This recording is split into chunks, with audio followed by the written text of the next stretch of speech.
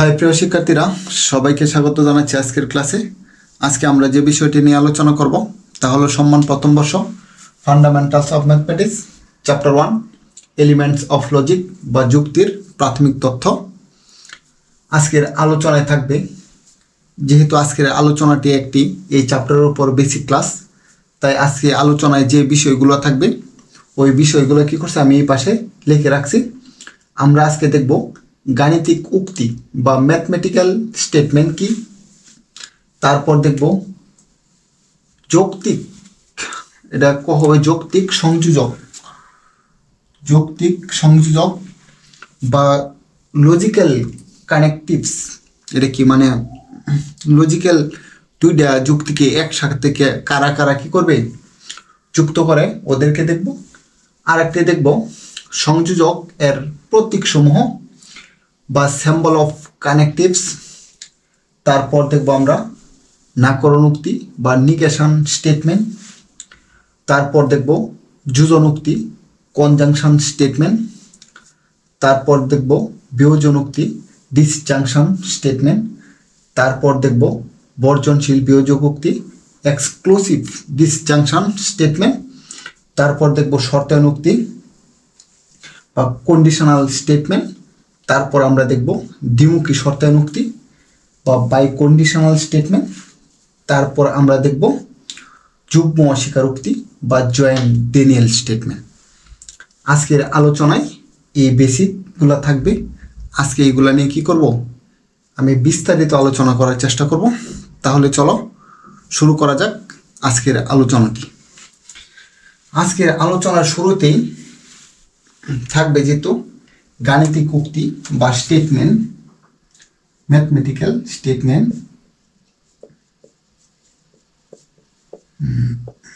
গাণিতিক উক্তি কি? গাণিতিক উক্তি হবে যদি কোনো বাক্যে সত্য অথবা মিথ্যা কি করা হয়, ঘোষণা করা হয়, তবে তাকে গাণিতিক উক্তি বলা হয়। যদি কোনো বাক্যে সত্য অথবা মিথ্যা মানে একটা ঘোষণা করা হয়, যেমন আমি বললাম 2 + 2 = 4, এটা একটা সত্য ঘোষণা করা হয়েছে। যেমন মিথ্যার ক্ষেত্রে 2 + 2 = 7, এটা একটা মিথ্যা ঘোষণা করা হয়েছে। আর যদি গাণিতিক উক্তি যদি সব কি যত হবে, আমি এখানে যে গাণিতিক উক্তি বললাম 2 + 2 = 4, এর একটা সত্য উক্তি, আর একটা 2 + 2 = 7 এর একটা মিথ্যা উক্তি। এখন যে কোনো আলাপ করে নাই কেন প্রত্যেকটা আলাপ কি গাণিতিক উক্তি হবে? না, গাণিতিক উক্তি হওয়ার জন্য তুমি এখানে যে উক্তিটা আমরা কি করব নিব, ওই উক্তিটাকে যদি আমরা কি করতে পারি, ওই উক্তিটার পুরোপুরি উত্তর যদি কি করতে পারি আমরা এস অথবা নো, এস মানে হ্যাঁ অথবা নো মানে না এর মাধ্যমে যদি কি করতে পারি আমরা উত্তর দিতে পারি, তাহলে সেটা গাণিতিক উক্তি হবে, না হলে সে গাণিতিক উক্তি হবে না। এখন যদি বলি ত্রিভুজের 3টি কোণ আছে, তোমাকে যদি বলা হয় ত্রিভুজের কি 3টি কোণ আছে, তুমি বলবো এস, তাহলে সে গাণিতিক উক্তি হবে। এখন যদি বলি তোমার নাম কি, তাহলে কিন্তু তুমি বলতে পারবে না এস বা নো। এখানে এস বা নো দ্বারা তুমি কি করতে পারবে না, উত্তর দিতে পারবে না। আর যদি বলা হয় তুমি কি অমুক, তুমি কি রহিম, তাহলে এটা হবে এস, আমি রহিম, এটা আবার গাণিতিক উক্তি হবে। মানে গাণিতিক উক্তি ওটাই হবে যেটাকে তুমি কি করতে পারবা, এস অথবা নো এর মাধ্যমে উত্তর দিতে পারবো, মানে পুরোপুরি উত্তর দিতে পারবো, ওটাই গাণিতিক উক্তি হবে। আর গাণিতিক উক্তির ক্ষেত্রে যদি গাণিতিক উক্তি সত্য হয় তাহলে এটাকে আমরা কি করব, টি দ্বারা প্রকাশ করব। আর যদি মিথ্যা হয় তাহলে এফ দ্বারা মানে ফলস দ্বারা প্রকাশ করা হয়। আর যদি না হয় তাহলে তো এখানে যে আলাপ হবে, আজকে যেহেতু প্রাথমিক আলোচনা তাই বলতেছি, এইখানে এই চ্যাপ্টারে যেসব আলাপ হবে প্রত্যেকটাই গাণিতিক উক্তি হবে। আর গাণিতিক উক্তি না হলে তো এগুলাকে কি করতে পারবো না, আমরা কিছু সমাধানে ওদেরকে নিয়ে সমাধান করতে পারবো না। তাই গাণিতিক উক্তি হলো যদি কোনো বাক্যে সত্য অথবা মিথ্যা ঘোষণা করা হয় তবে তাকেই গাণিতিক উক্তি বলে বা ম্যাথমেটিক্যাল স্টেটমেন্ট বলা হয়। যেমন আমি বললাম 2 + 2 = 4, এটা সত্য যদি হয় এই গাণিতিক উক্তিটাকে কি তারা প্রকাশ করে টি। আর আমি লিখলাম 2 + 2 = 5, এটা গাণিতিক উক্তি কি মিথ্যা উক্তি, এটা সত্য উক্তি না, তাই এটা কি লিখবো এফ। আর যদি বলি তোমার নাম কি, তোমার নাম কি, এটাকে তুমি এস অথবা নো দ্বারা যেহেতু করতে পারবে না, তাহলে তুমি কি করতে পারবে না, এটা গাণিতিক উক্তি না, এটা গাণিতিক উক্তি না। ঠিক আছে, এটা গাণিতিক উক্তি না, এখানে ট্রু অথবা ফলস এটা কোনো কিছুই হবে না। ঠিক আছে বিষয়টা। তারপর আমরা দেখব যৌক্তিক সংযোজক। যৌক্তিক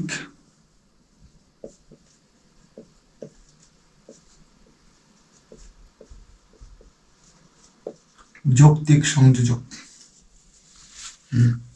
বা লজিক্যাল কানেকটিভস। সংযোজক বলতে এখানে মানে এখানে দুইটা যুক্তি বা তিনটা যুক্তিকে কি করবে, ও একসাথে করবে। তাহলে যৌক্তিক সংযোজক হিসাবে কারা কাজ করে, ওটাই আমাদের এখানে যৌক্তিক সংযোজক বা লজিক্যাল কানেকটিভস, মানে এখানে কারা যুক্তিগুলোকে কি করে, যুক্ত করে, এটাই এখানে জানার বিষয়। যৌক্তিক সংযোজক এইদিকে এই বইয়ের মধ্যে প্রথমে 5টি দেওয়া আছে। প্রথমে না অথবা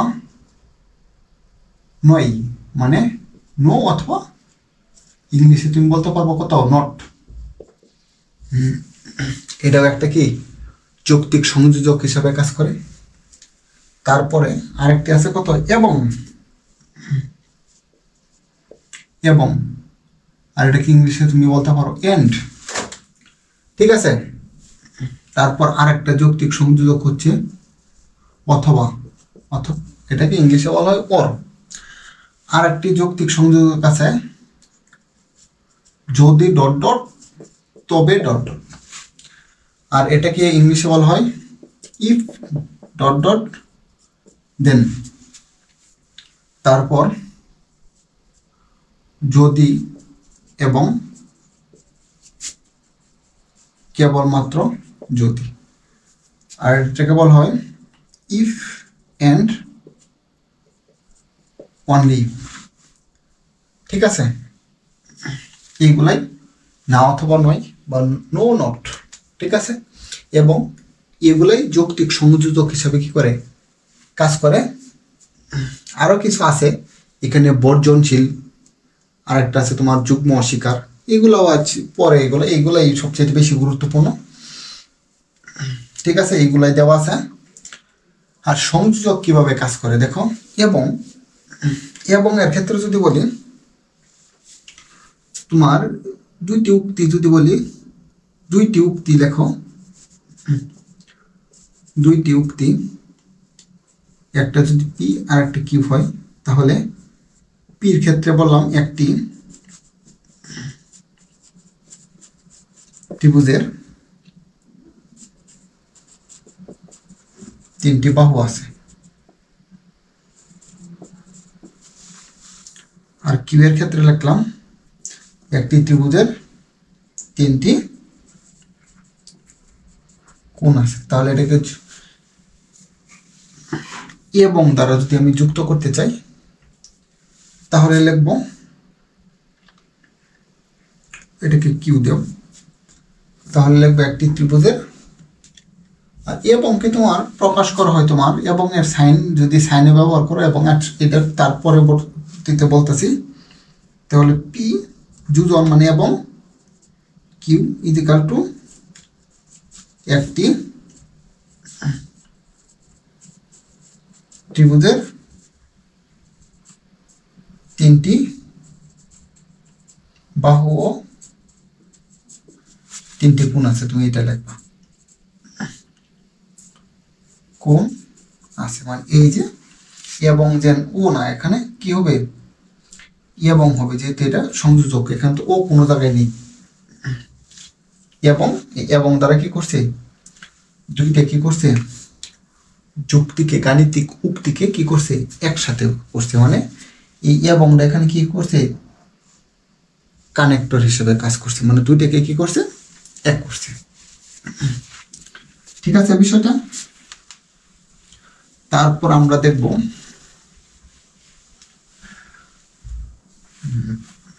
সংযোজক এর প্রতীক সমূহ বা সিম্বল অফ কানেকটিভস।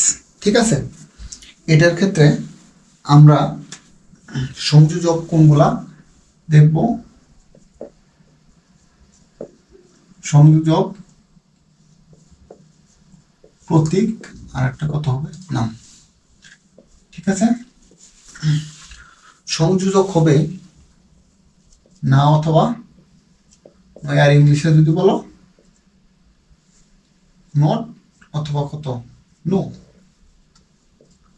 ঠিক আছে বিষয়টা, বা নো নট তুমি একটা লেখে, এটা তো আর বিষয় না, নো নট। আর এটার প্রতীক হবে,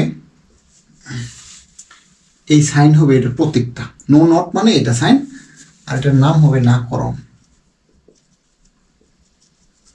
নাকরণ মানে তুমি যদি বলো মেয়েটা সুন্দর, তাহলে নাকরণ উক্তি হবে মেয়েটা সুন্দর না, জাস্ট এতটুকু। এটা টি থাকলে, যেহেতু আমরা লজিক চ্যাপ্টার শুরু করতেছি, এখানে দুইটা ফর্মেটই থাকবে, একটা টি অথবা নাহলে একটা এফ।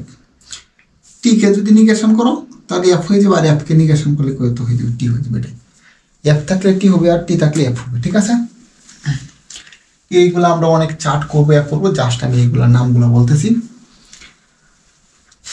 তারপর হবে আরেকটা সংযোজক হবে এবং, এবং, আর এটাকে ইংলিশে তোমার বলা হবে এন্ড। এর প্রতীকটা এরকম। ঠিক আছে, আর এর নাম হবে যোজন। ঠিক আছে, এর নাম হবে যোজন, বা তুমি এটাকে লিখতে পারো কনজাংশনও লিখতে পারো, কন JUN CTION, কনজাংশন। ঠিক আছে, তারপরে অথবা, অথবা, আর এটাকে তুমি ইংলিশে বললে বলতে পারো সংযোজকটাকে অর, আর এটা যোজনের বিপরীত, এর প্রতীকটা হবে, আর এটা কত যোজন, আর এটা কত বিয়োজন, বিয়োজন। ঠিক আছে, আর এটাকে বলা হয় ইংলিশে যদি বলো ডিসজাংশন।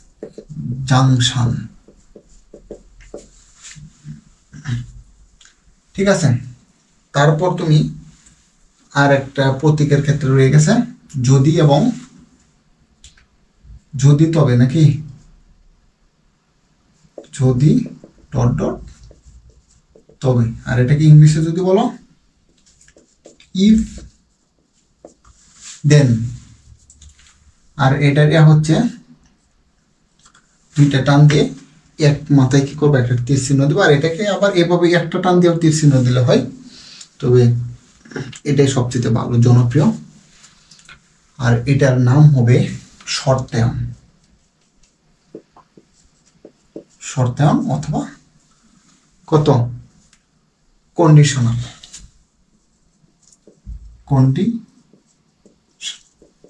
ঠিক আছে। তারপর আরেকটি আছে যদি এবং কেবল, মাত্র যদি। আর এটার প্রতীকটা হবে দুইটা টান দিয়ে দুই দিকে কি করতে হবে, তীর চিহ্ন দিতে হবে, আর একটা টান দিয়েও দুই দিকে তীর চিহ্ন দিলে হবে। আর এটার নাম হচ্ছে দ্বিমুখী, দ্বিমুখী শর্তায়ন। আর ইংলিশে যদি বলো বাইকন্ডিশনাল। ঠিক আছে, আর এটাকে যদি ইংলিশে বলতাম ইফ অ্যান্ড ওনলি।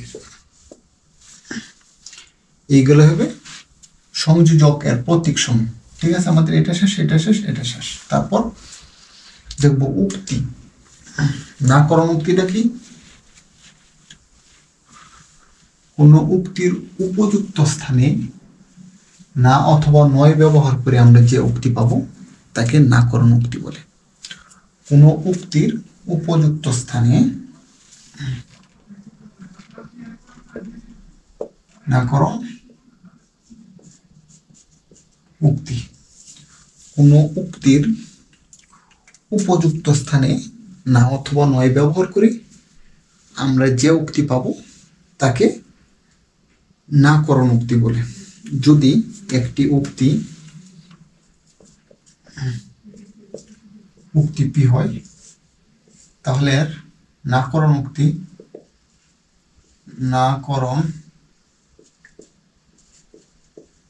উক্তি নিগেশন অফ পি হবে। চারটা এরকম লিখি। বললাম টু একটি পি কে যদি করা হয় টু একটি মৌলিক সংখ্যা, ঠিক আছে। তাহলে নাকরণ উক্তিটা হবে টু একটি নিগেশন, এখানে পি লেখার দরকার নেই, টু একটি মৌলিক সংখ্যা না অথবা নয়, তুমি যা লেখো তাই হবে, ঠিক আছে। বিষয়টা এরকম, কারণ উক্তির সাহায্যে দেখাইলাম, ঠিক আছে। তারপর আমরা দেখব যোজন উক্তি। যোজন মানে কত বলো? যোজন মানে তোমার যোগ করবে দুইটি উক্তিকে, যোজন এরিয়া হচ্ছে সংযোজকটা হচ্ছে এবং, নাকি দুইটি উক্তিকে এবং সংযোজক দ্বারা একত্রে সংযুক্ত করলে আমরা যে উক্তি পাবো তাকে যোজন উক্তি বলে অথবা ডিসজাংশন স্টেটমেন্ট বলে, ঠিক আছে। এ যদি হয় দুইটি উক্তির ক্ষেত্রে তাহলে আমরা লিখব যোজন উক্তি। যোজন উক্তি এখানে যদি তুমি চার্ট করো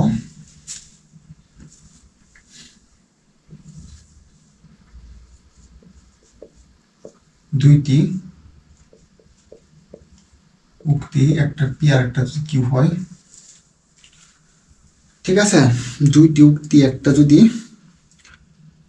উক্তি যদি কত পি এবং কিউ হয় তাহলে এর সংযোজক উক্তিটা হবে, তাহলে এর সংযোজন বা সংযোজক যাই বলো, সংযোজক উক্তি হবে পি যোজন কিউ, ঠিক আছে। বা পি কনজাংশন কিউ হবে, যদি তুমি করো একটি ত্রিভুজের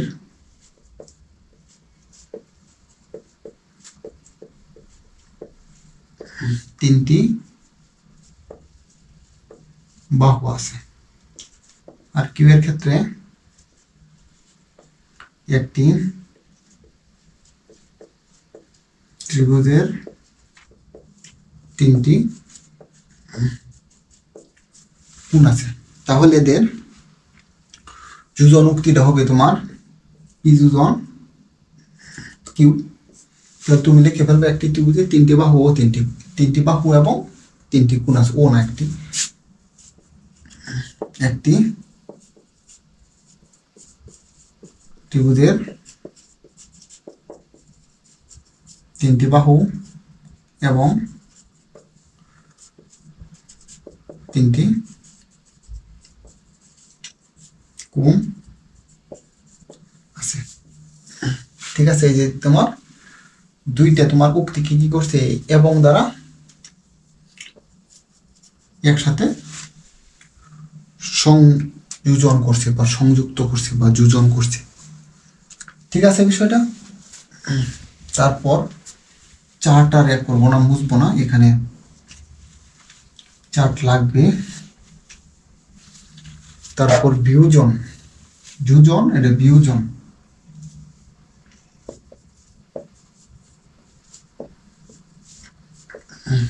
বিয়োজন উক্তি। দুইটি উক্তিকে বিয়োজনের মানে কত? অথবা বা অর, অথবা দুইটি উক্তিকে অথবা দ্বারা একত্রে কি করলে যুক্ত করলে আমরা কি পাবো? যে উক্তিটা পাইব তাকে বিয়োজন উক্তি বলে। আর বিয়োজন সাইনটা কিন্তু তোমার এটা। তাহলে দুইটি উক্তি পি যদি হয় তাদের বিয়োজন উক্তি কেমন হবে? তাদের বিয়োজন উক্তি হবে পি বিয়োজন অথবা ডিসজাংশন কিউ। যদি পি কিউ দুইটা উক্তি হয় তাহলে পির ক্ষেত্রে লেখো √2 একটি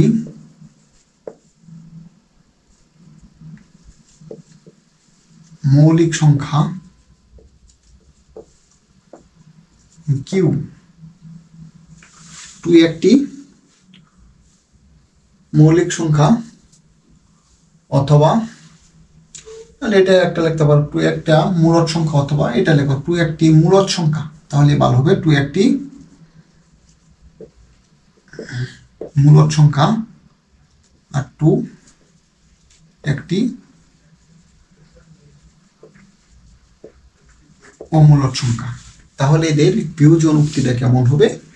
বিয়োজন উক্তিটা হবে পি বিয়োজন কিউ, তুমি লিখবে 2 একটি মূলদ সংখ্যা অথবা, বাংলাতে তো অথবাই হবে নাকি, 2 একটি মূলদ সংখ্যা অথবা অমূলদ সংখ্যা, নাকি অমূলদ সংখ্যা। আর এই যে বিয়োজনটা কোথায়? বিয়োজন অথবা বা অর, ঠিক আছে, এটা দ্বারা কি করছে, এই দুইটা উক্তি একসাথে হয়েছে, ঠিক আছে। তারপর বর্জনশীল বিয়োজন উক্তি। বর্জনশীল বিয়োজন উক্তির ক্ষেত্রে তোমার তেমন কোনো কথা নেই। বর্জনশীল বিয়োজন উক্তি যদি হয়, দুইটি উক্তি যদি, একটি উক্তি পি আর একটি উক্তি যদি কিউ হয়, দুইটি উক্তি, একটি উক্তি পি আর একটি উক্তি যদি কিউ হয়, তাহলে এই দুইটা উক্তি বর্জনশীল উক্তিকে তোমার, আবার বর্জনশীল উক্তিকে আবার কি এক্সক্লুসিভ ডিসজাংশন বলা হয়। বর্জনশীল উক্তি এর পি এবং কিউ এর বর্জনশীল উক্তি হবে কত? পি এক্সক্লুসিভ ডিসজাংশন কত? কিউ। আর এটাকে এভাবেও তোমার প্রকাশ করা হয়, এক্সক্লুসিভ ডিসজাংশন প্লাস বৃত্তের মধ্যে প্লাস দিয়ে এই সাইন দিয়েও প্রকাশ করা হয়, ঠিক আছে বিষয়টা। এটা যদি হয়, আর এক্সক্লুসিভ বর্জনশীল উক্তির ক্ষেত্রে আর একটি কথা তোমার মনে রাখতে হবে। আর একটি কথা হচ্ছে, তোমার যদি পি ও কিউ দুইটা কত এক্সক্লুসিভ মানে বর্জনশীল উক্তি যদি কত হয়, পি কত এক্সক্লুসিভ ডিসজাংশন কিউ হয়, এদের পি এবং কিউ এর মধ্যে দুইটা উক্তির মধ্যে যে কোনো একটা যদি কত হয়, সত্য হয়, তাহলেই যদি সত্য হয় তাহলে তাহলে কি হবে, তাহলে তাদের উত্তরটা কি হবে, সত্য হবে। মানে পি এবং কিউ এর শুধুমাত্র যে কোনো একটি মান যদি সত্য হয় তাহলে সত্য, অন্যথায় কি হবে, এই দুইটা পি এবং কিউ এর মধ্যে যদি দুইটা মানের মধ্যে যে কোনো একটা মান সত্য হয়, তাহলে তাদের সত্যতা ছকের মধ্যে কি হবে, মান উত্তর আসবে কি সত্য। মানে পি এবং কিউ এর মধ্যে যে কোনো দুইটা থেকে একটা যদি সত্য হয়, তাহলে তাদের সত্যতা ছকে মান আসবে কি সত্য, অন্যথায় সব মিথ্যা, এটা। তারপর আমাদের দেখতে হবে শর্তায়ন। শর্তায়নের বাংলা কি? যদি তবে, যদি ডট ডট তবে। শর্তায়নের ক্ষেত্রে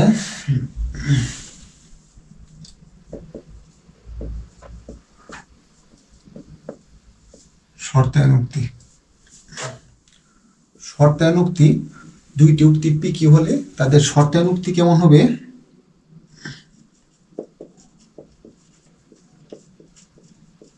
শর্তায়ন উক্তি পি কন্ডিশন কিউ, ঠিক আছে। তাহলে তুমি লিখবা দুইটি উক্তিকে যদি তবে দ্বারা সংযুক্ত করলে আমরা যে উক্তি পাবো তাকে শর্তায়ন উক্তি বা কন্ডিশনাল স্টেটমেন্ট বলা হয়, ঠিক আছে। যদি দুইটা উক্তি পি কি হয়, তাহলে তাদের শর্তায়ন উক্তি পি কন্ডিশন কি হবে। আর এখানে যদি পি একটা লেখো,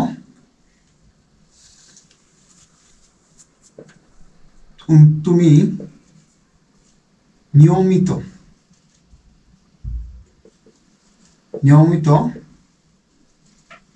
লেখাপড়া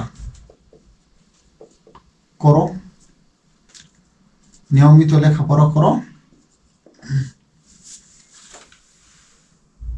তুমি ভালো রেজাল্ট করবে। ঠিক আছে। আর কন্ডিশন শর্তায়নের ক্ষেত্রে কি হবে, যদি প্রথম যে আমাদের উক্তিটা থাকবে, এই উক্তির প্রথমে আমরা যদি লাগাবো, আর দ্বিতীয় যে উক্তিটা থাকবে, এই দ্বিতীয় উক্তির প্রথমে কি লাগাবো, তবে লাগাইবো। ঠিক আছে। আর ডট ডট মানে এই ডট ডটের জায়গায় তোমার প্রথম উক্তিটা বসবে, আর দ্বিতীয় ডট ডটের জায়গায় দ্বিতীয় উক্তিটা বসবে। আর এটারে হবে P condition Q such that. তাহলে তুমি লিখবা, যদি তুমি নিয়মিত লেখাপড়া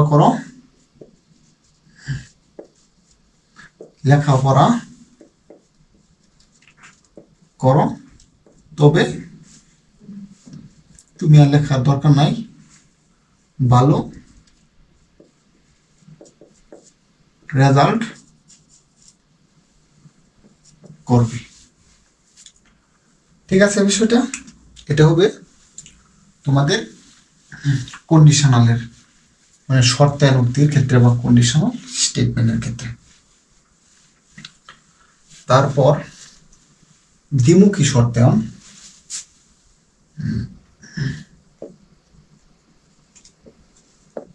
দ্বিমুখী শর্তায়ন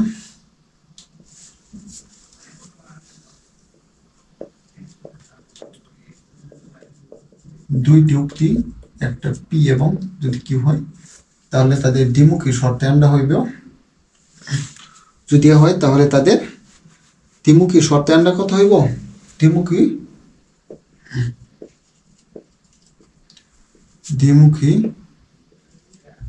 শর্তায়ন উক্তি হবে পি দ্বিমুখী, বা মানে ইফ এন্ড অনলি কিউ। তাহলে এইটা কেমন হবে, এই শর্তায়নটা হবে দ্বিমুখী ক্ষেত্রে হবে পি যদি হয় সংখ্যাটি জোড়, কিউ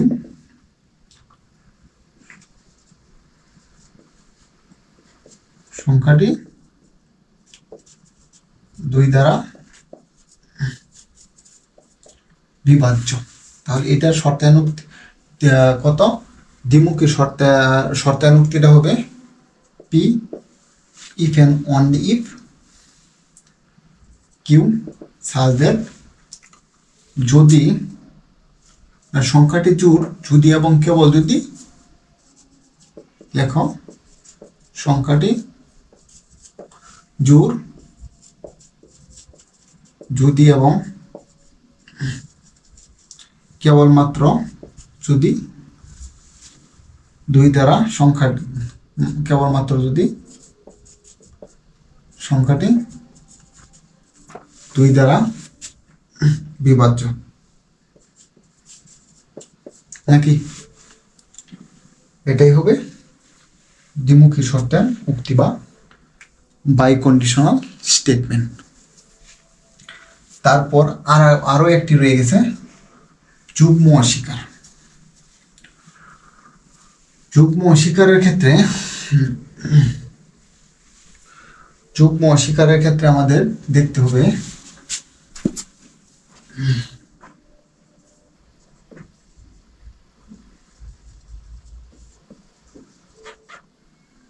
যুগ্ম অস্বীকার উক্তি। যুগ্ম অস্বীকার উক্তি হবে এমন একটি উক্তি যদি কত পি ও কিউ, যদি পি ও কিউ দুইটি উক্তি হয়, তবে যদি পি ও কিউ দুইটি উক্তি হয় তবে নিগেশন অফ পি এবং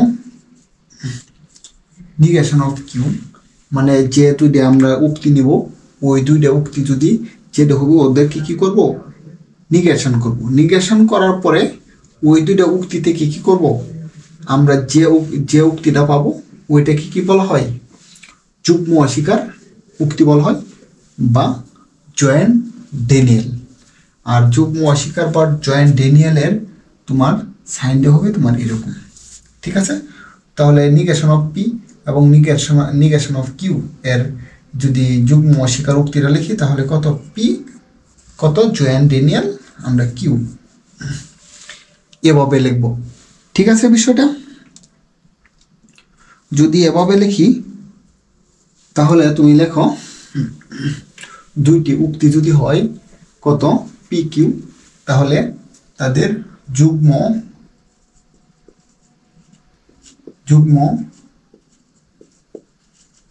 অস্বীকার উক্তি কত হবে, পি যুগ্ম অস্বীকার বা joint denial, P joint denial Q. এখানে পি যদি হয় 1 একটি কি হবে, 1 একটি মৌলিক সংখ্যা, লেখো 1 একটি মৌলিক সংখ্যা এবং কিউ এর ক্ষেত্রে লিখবা 1 একটি কি, 1 একটি যৌগিক সংখ্যা, 1 একটি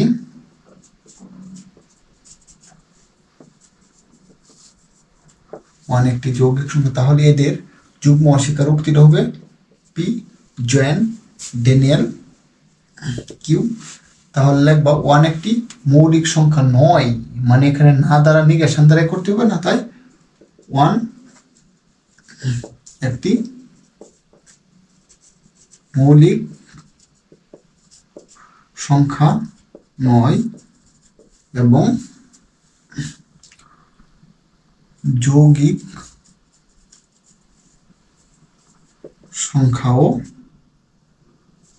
সংখ্যাও নয়। ঠিক আছে, দেখো যেখানে মৌলিক সংখ্যা এখানে 9 এবং যৌগিক সংখ্যা এখানে 9, মানে কি করছি এখানে নিগেশন, মানে একটি উক্তির উপযুক্ত স্থানে না অথবা 9 ব্যবহার করে আমরা যে উক্তি পাই তাকে নাকরণ উক্তি বা নিগেশন স্টেটমেন্ট বলা হয়। আশা করি তোমরা এই পর্যন্ত বুঝতে পেরেছ। সবাইকে ধন্যবাদ এতক্ষণ আমার সঙ্গে থাকার জন্য।